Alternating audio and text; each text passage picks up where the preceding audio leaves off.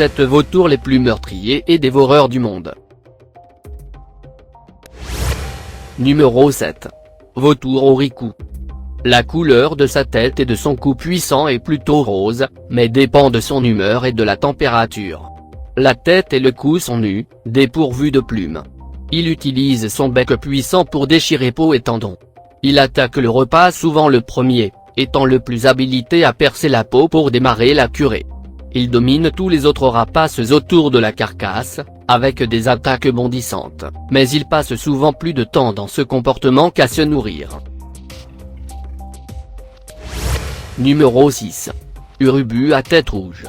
Le corps est brun très foncé, presque noir, avec un collet noir. La tête est petite, sans plumes et rouge chez l'adulte, ce qui lui a valu son nom. Le bec est fort et recourbé. Il vole généralement bas pour pouvoir utiliser son odorat afin de repérer les charognes et peut rester 6 heures consécutives sans battre des ailes. De près on voit bien son dos brun et le collet de plumes noires à la base du cou. Rassasié, l'oiseau peut rester au moins 15 jours sans boire ni manger. Numéro 5. Vautour Shogun. Ce vautour de taille moyenne possède une livrée sombre. Les adultes ont un plumage entièrement noirâtre excepté le collier, le croupion et les couvertures sous alaire blanche. Le bec court et massif est d'une couleur argentée. En moyenne, chaque vautour consomme environ 1 kg de viande fraîche ou putride par jour. Malgré son alimentation peu ragoûtante, très vorace, pour ne pas dire insatiable, l'oiseau vient à bout d'une carcasse en un temps incroyablement court. Numéro 4. Vautour de l'Himalaya. Souvent mentionné dans l'histoire de la culture tibétaine, le vautour de l'Himalaya est un très grand rapace.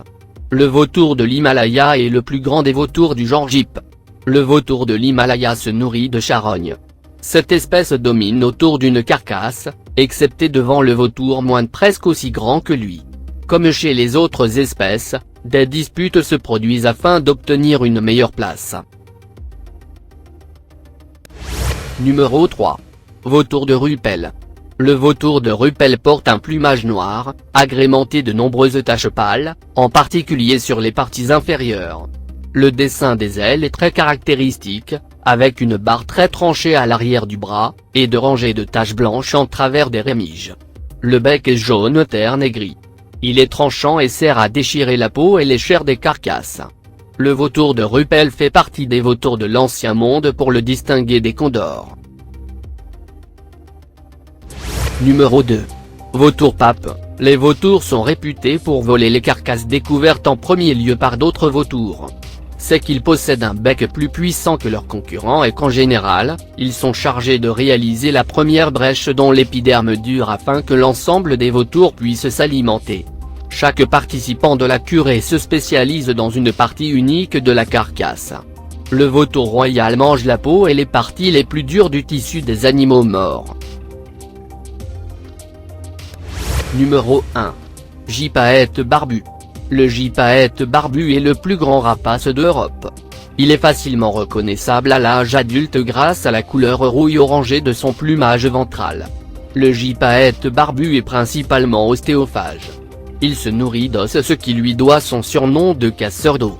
Il utilise des pierriers au-dessus desquels il laisse tomber l'os qu'il a transporté dans ses serres. Puis, il ramasse l'eau. Il recommence autant de fois que nécessaire, parfois jusqu'à 20 fois de suite.